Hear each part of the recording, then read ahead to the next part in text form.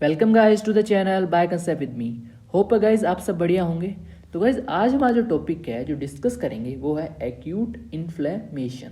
Guys इस जो topic है इसको दो वीडियोस में डिफाइन करेंगे हम।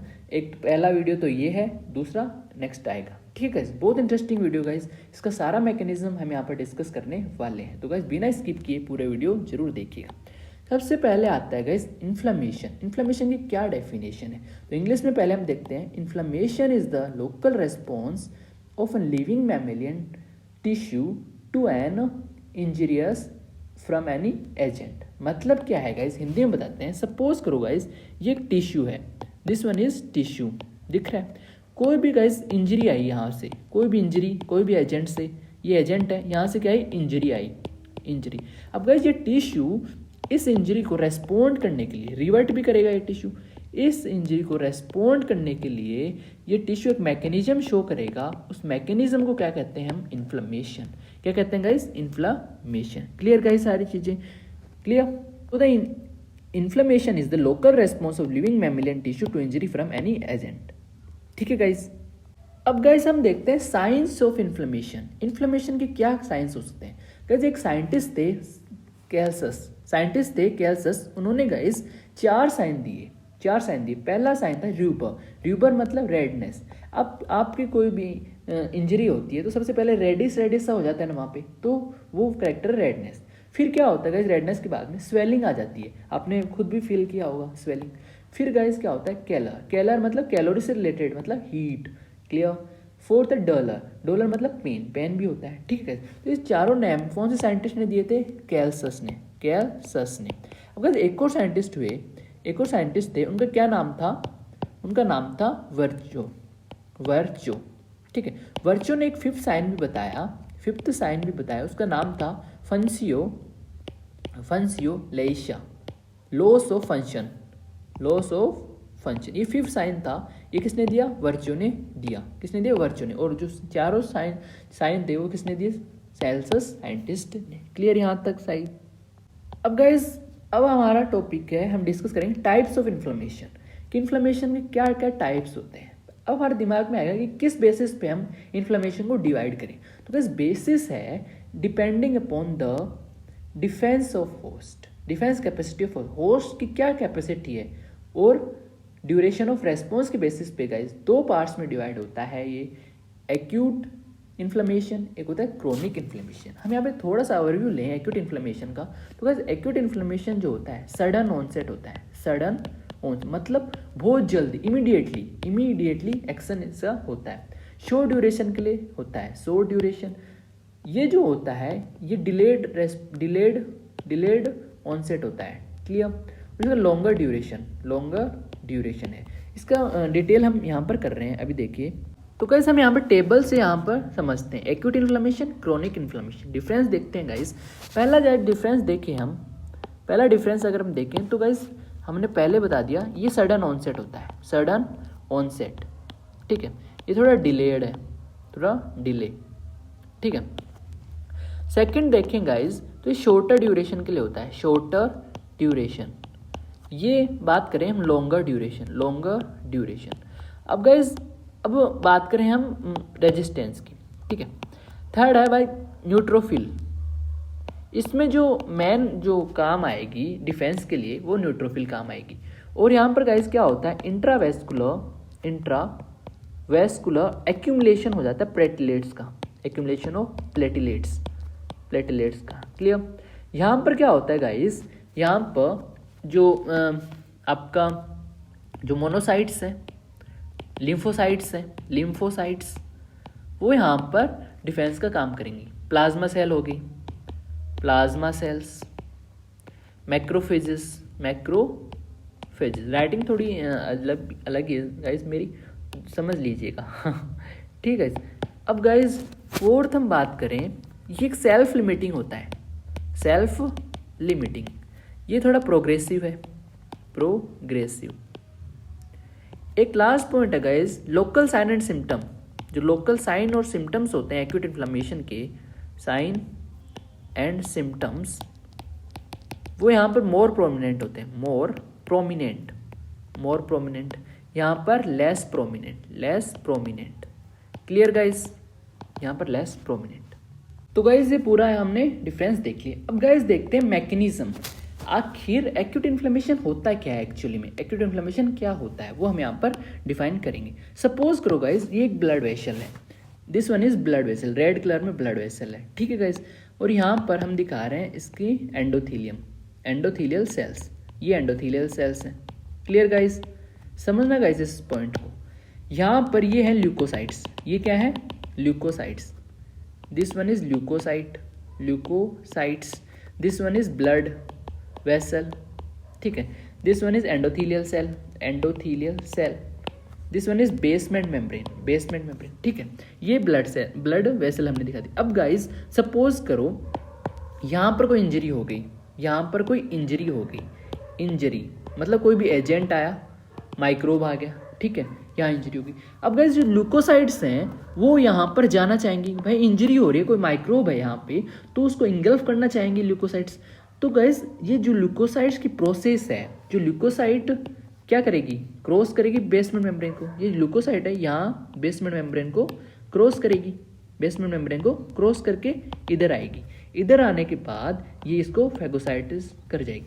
तो जो पूरी प्रोसेस है ल्यूकोसाइट की ब्लड वेसल से बाहर आने तक और उसको इंगल्फ कर जाने तक, उस पूरी प्रोसेस को हम बोलते हैं एक्यूट इन्फ्लेमेशन। समझ में आया गाइस ये क्या मैकेनिज्म है। हम इस पूरी स्टोरी की ही यहाँ पर डिटेल में एनालिसिस करेंगे कि कैसे ये बाहर निकलती है, कैसे इसका ट्रांसमाइग्रेशन होता है, कैसे ये इंगल्फ करती है, कैसे इसका फैगोसाइटोसिस होता है। पूरी यहाँ पर डिटेल एनालिसिस हम इसका ही करने वाले हैं। Clear guys. अब गाइस हम एक्यूट इन्फ्लेमेशन की प्रोसेस को यहाँ पर समझेंगे।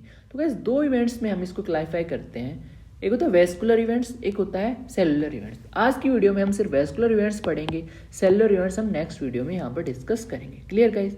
अब गाइस वेस्कुलर इवेंट्स में क्या क्या होता है, ठीक है, वेस्कुलर इवेंट्स में क्या क्या होएगा। पहली प्रोसेस होती है वेस्कुलर इवेंट में early transient vasoconstriction. Clear guys, कि ये क्या होता है वो हम यहाँ पर डिस्कस करेंगे। क्लियर। मान लो ये कोई टिश्यू है, इसके इंजरी लग गई, इंजरी हो गई, तो गाइस सबसे पहला जो फिनोमिना होएगा ब्लड वेसल्स के अंदर वो होएगा early transient vasoconstriction. Clear, earliest event. Clear. और गाइस ये जो होता है फिर उससे ये जो होता है ये रीएस्टेब्लिश हो जाता है, मतलब रिवर्स हो जाता है, रीएस्टेब्लिश विद इन 3 से 5 सेकेंड, 3 से 5 सेकेंड में गाइस फिर ये वापस वैसा का वैसे हो जाता है जैसे पहले था। लेकिन गाइस अगर इंजरी जो है वो बहुत सीवियर है, थोड़ी इंजरी अगर सीवियर है तो ये रीएस्टेब्लिश होएगा 5 मिनट्स में, 5 मिनट में रीएस्टेब्लिश होएगा। ठीक है, पहला जो फिनोमेना है वो क्या हो गया, अर्ली ट्रांजिएंट वैसोकॉन्स्ट्रिक्शन। ठीक है गाइस। फिर सेकंड जो फिनोमेना होता है इंजरी के बाद में वो होता है वैसोडायलेशन। इससे बाद में क्या आएगा, वैसोडायलेशन एंड वैस्कुलर परमिएबिलिटी। ये गाइस मोस्ट क्रिटिकल जो इवेंट है इसे ही बोलते हैं most critical event of acute inflammation, most critical event इसे ही बोलते हैं। Clear guys. ये गाइस ये एक पॉइंट आप याद रखना, ये मेनली आर्टेरियोल्स में होता है, मेनली आर्टेरियोल्स। ठीक है। अब गाइस वैसोडायलेशन हो गया तो अब यहाँ से एक चीज़ समझ सकते हैं, वैसोडायलेशन हो गया तो जो ब्लड है, ब्लड का वॉल्यूम जो है वो बढ़ जाएगा, ब्लड वॉल्यूम इंक्रीज हो जाएगा। तो ब्लड वॉल्यूम गाइस अगर इंक्रीज हो रहा है तो रेडनेस होती है वो किस में होएगी, रेडनेस किसके कारण होती है, वैसोडायलेशन के कारण ही रेडनेस होती है। Clear guys. और जो गाइस ये फिनोमेना है ये with in half an hour के अंदर हो जाता है, इंजरी के with in half an hour के अंदर ये हो जाता है। क्लियर गाइस सारी चीजें। अब गाइस वैसोडायलेशन हो रहा है, तीसरा स्टेप देखते हैं। वैसोडायलेशन हो रहा है गाइस तो लोकल हाइड्रोस्टैटिक जो प्रेशर है वो क्या होएगा, एलिवेट होएगा। ये क्या होएगा, एलिवेट मतलब बढ़ेगा। लोकल हाइड्रोस्टैटिक प्रेशर बढ़ेगा तो उसकी वजह से क्या होएगा, transudation of fluid in extra cellular spaces में जाना स्टार्ट कर देगा, इनटू एक्स्ट्रा, क्योंकि गैस ब्लड वॉल्यूम बढ़ रहा है तो गैस लोकल हाइड्रोस्टैटिक प्रेशर बढ़ जाएगा, जिसकी वजह से जो फ्लूइड है वो एक्स्ट्रा सेलुलर स्पेसेस में जाना स्टार्ट कर देगा। जैसे एक्स्ट्रा सेलुलर स्पेसेस में जाएगा सेल के अंदर क्या आ जाएगी, स्वेलिंग। क्या आ जाएगी, स्वेलिंग। ठीक है, तो स्वेलिंग कैसे होती है ये आपको पता चल गया। क्लियर गाइस सारी चीजें।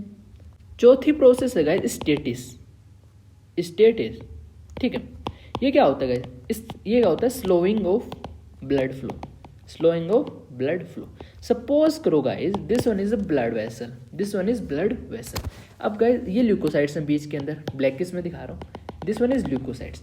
अब गाइस जैसे ही ब्लड फ्लो कम हो गया, ब्लड फ्लो मतलब स्पीड ब्लड फ्लो की कम होगी, तो गाइस जो ल्यूकोसाइट्स हैं उनको जो एंडोथेलियल सेल्स हैं यहाँ पे उनसे इंटरेक्ट होने का टाइम ज़्यादा मिल जाएगा। ये ल्यूकोसाइट्स हैं, ये ब्लैकिश में ल्यूकोसाइट हैं, इनको एंडोथेलियल सेल से इंटरेक्ट होने का ज़्यादा टाइम मिल जाएगा क्योंकि स्पीड स्लो है ना ब्लड की।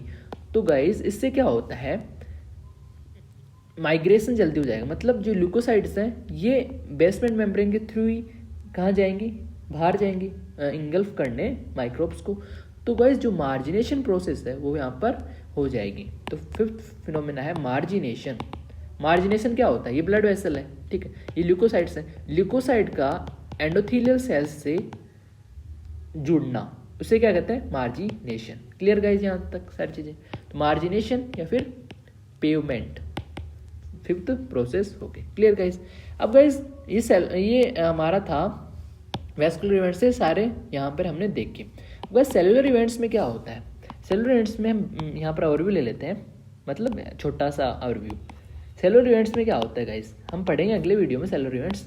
इसमें होता है अडहेशन, एक होता है चीमोटैक्सिस, एक होता है फेगोसाइटोसिस। इसके अंदर फेगोसाइटोसिस 3 प्रोसेस होती है, मैं जल्दी जल्दी बता रहा हूँ गाइस। सपोज ये ब्लड वेसल, ये क्या होती है, अडहेशन, केमोटैक्सिस एंड फेगोसाइट। क्या होता है, ये ब्लड वेसल है, ये एंडोथेलियल सेल होगी, बहुत जल्दी जल्दी बता रहा हूँ गाइस, समझ लेना, ठीक है। ये आपका ल्यूकोसाइट्स है। Clear guys, leukocytes. अब गाइस ये ल्यूकोसाइट्स जो हैं ये क्या करती हैं, रोलिंग करती हैं। क्या करती हैं, रोलिंग। ये रोल करती रहती है, मतलब ऐसे, इस प्रोसेस को हम बोलते हैं रोलिंग। मिड में रोलिंग करती रहेंगी, ठीक। फिर क्या होता है, जैसे ब्लड फ्लो कम होता है, ब्लड फ्लो मतलब धीरे हो जाएगा, तो ये इंटरेक्ट करने लग जाएंगी। किसके साथ इंटरेक्ट करने लग जाएंगी, एंडोथेलियल सेल्स के साथ, ठीक है, इंटरेक्ट करने लग जाएंगी एंडोथेलियल सेल्स के साथ। तो उसे हम बोलेंगे, उसे क्या बोलेंगे गाइस, एडहेशन। तो ये एंडोथेलियल सेल्स हैं, ठीक है, ये ब्लड वेसल्स पहला डायग्राम, ये दूसरा डायग्राम, ठीक है। ये ल्यूकोसाइट्स हैं। अब ये ल्यूकोसाइट्स एंडोथेलियल सेल के पास आ गई, तो इस प्रोसेस को हम बोलते हैं एडहेशन। क्या बोलते हैं, adhesion. Clear guys. Third process है ट्रांसमाइग्रेशन।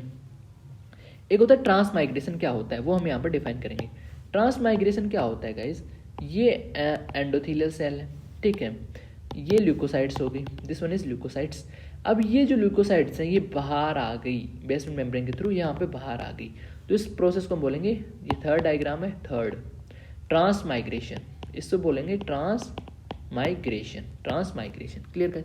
फोर्थ डायग्राम हम बनाए। अब देखते हैं कीमोटैक्सिस क्या होता है। फोर्थ, ये ब्लड वेसल्स हैं, ठीक है, ये ल्यूकोसाइट्स यहाँ से क्या आ गई, यहाँ पर आ गई, और जो माइक्रोब है, माइक्रोब ये रहा, दिस वन इज माइक्रोब। तो ये जो ल्यूकोसाइट्स हैं, ये ल्यूकोसाइट्स हैं, ये इसको खा जाएंगी, मतलब इसके पास जाएंगी, इससे अट्रैक्ट होंगी। इस प्रोसेस को, अट्रैक्शन की प्रोसेस को हम बोलते हैं चीमोटैक्सिस। क्लियर गाइस, चीमोटैक्सिस हम डिटेल एनालिसिस में पढ़ेंगे, एकदम कीमोटैक्सिस हो गया, ठीक है, और फेगोसाइटोसिस को खा जाना। क्लियर गाइस, सारी चीज प्रोसेस समझ में आ गई सेलुलर इवेंट्स की। अब गाइस हम बात करते हैं patterns of increased vascular permeability, ठीक गाइस। अब गाइस सपोज करो ये एक सेल है, ये रेड ब्लड सेल है, ठीक है। अब इसके जो एंडोथेलियम सेल है, नॉर्मल सेल में क्या होता है, जो एंडोथेलियम सेल है वो नॉन परमीबल होती है, नॉन परमीएबल होती है, नॉन परमीबल। तो नॉन परमीबल होएगी तो गाइस ये जो फ्लूइड है ये यहाँ पर नहीं जा सकता, यहाँ बाहर नहीं जा सकता, तो मतलब non leaky, non leakiness property show करेगी नॉर्मल सेल, ठीक है। अब गाइस ये लीकीनेस शो नहीं कर रही, तो जो ल्यूकोसाइट्स हैं वो बाहर कैसे जाएंगे।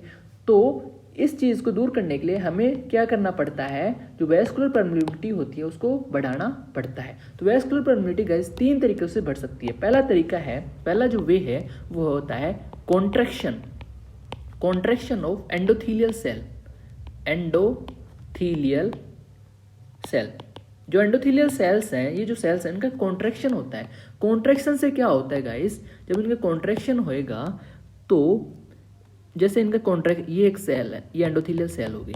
एंडोथेलियल के सेल के कॉन्ट्रैक्शन के कारण इनके बीच में गाइस गैप्स बन जाते हैं। क्या बन जाते हैं? इनके बीच में गैप्स बन जाते हैं। कैसे बन? देखो ये है, इनके बीच में ऐसे गैप्स बन जाएंगे, ठीक है। तो गैप्स बनने के कारण गाइस ये जो लीकीनेस प्रॉपर्टी यहाँ पर आ जाती है। लीकीनेस, लीक जानते हो ना, जैसे हवा, जैसे टायर होता है, कोई टायर में हवा लीक कर रही है तो वो बोलते हैं, तो वही टर्म है यहाँ पे है लीकीनेस। लीकीनेस शो हो जाता है जिससे गाइस यहाँ पर मटेरियल ट्रांसफर हो सकता है। गाइस एक चीज यहाँ पर देखिए, ये जो होता है कॉन्ट्रैक्शन ऑफ एंडोथेलियल सेल, ये मेनली किस में होता है?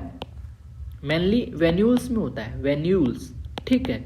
और जबकि वाइल कैपिलरीज में, जो कैपिलरीज होती हैं एंड आर्टेरियोल्स, इनके अंदर ये नहीं होता, इनके अंदर ये प्रॉपर्टी शो नहीं होती। जो वेन्यूल्स होते हैं उनके अंदर ये कॉन्ट्रैक्शन प्रॉपर्टी शो होती है। Clear guys? और गाइस एक चीज़ और यहाँ पर, ये किसकी वजह से होता है? ये कुछ फैक्टर्स होते हैं, ठीक है, फैक्टर्स होते हैं, जैसे आपका हिस्टामिन हो गया, हिस्टामिन, ब्रेडिकाइनिन भी ले लेते हैं नाम अपन, ब्रेडिकाइनिन, एक आता है ल्यूकोट्राइन्स, इनकी वजह से यहाँ पर ये शो हो सकता है यहाँ पर, ठीक है। और गाइस इमीडिएट ट्रांजिएंट रेस्पॉन्स, ये क्या शो करता है?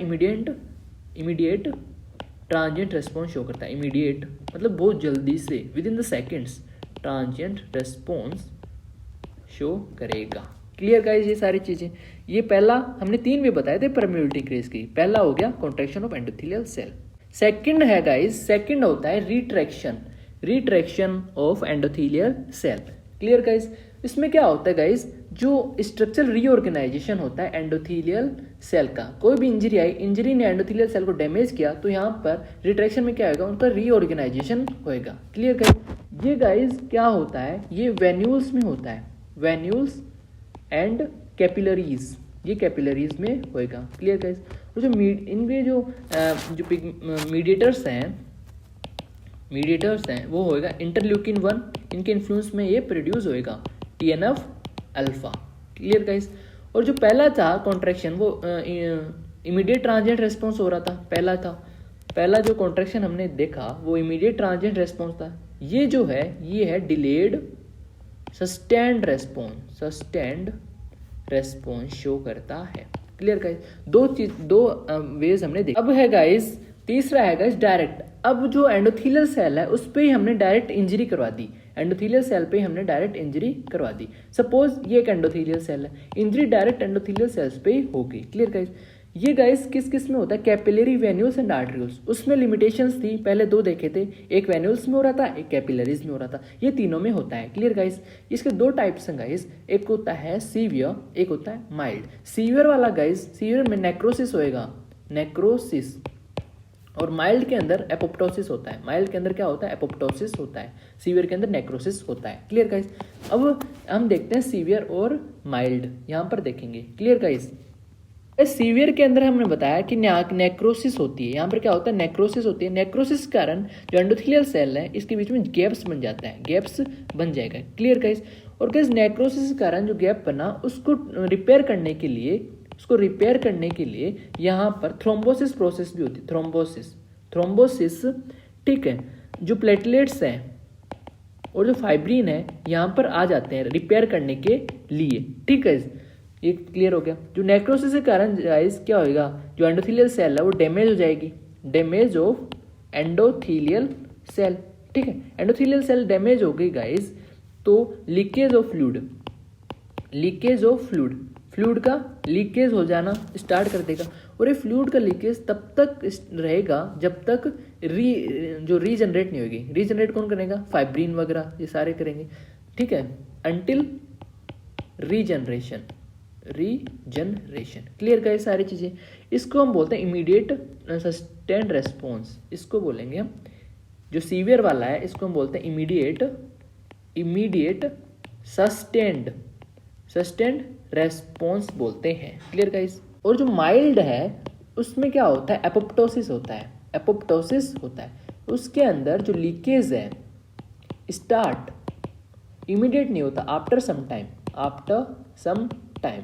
तो गाइस इसको बोलते हैं हम delayed sustained response, delayed sustained response यहाँ पर इसको बोलेंगे। Clear guys.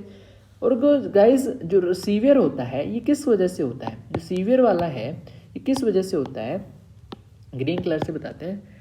बैक्टीरियल इन्फेक्शन, जो बैक्टीरियल जो इन्फेक्शंस हैं उनके कारण ये होता है। ठीक है गाइस।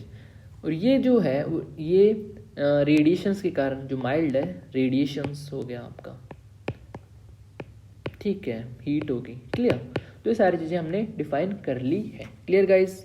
तो गाइस ये पूरा हमारा एक्यूट इन्फ्लेमेशन का जो वेस्कुलर इवेंट्स था ये पूरा खत्म हुआ। तो जो सेलुलर इवेंट्स हैं हम नेक्स्ट वीडियो में देखेंगे। तो गाइस स्टे ट्यून्ड रहिएगा। तो guys thank you guys for watching this video. आपको वीडियो अच्छी लगी हो तो आप लाइक भी कर सकते हैं, शेयर भी कर सकते हैं और चैनल को सब्सक्राइब भी कर सकते हैं। Thank you guys for watching this video.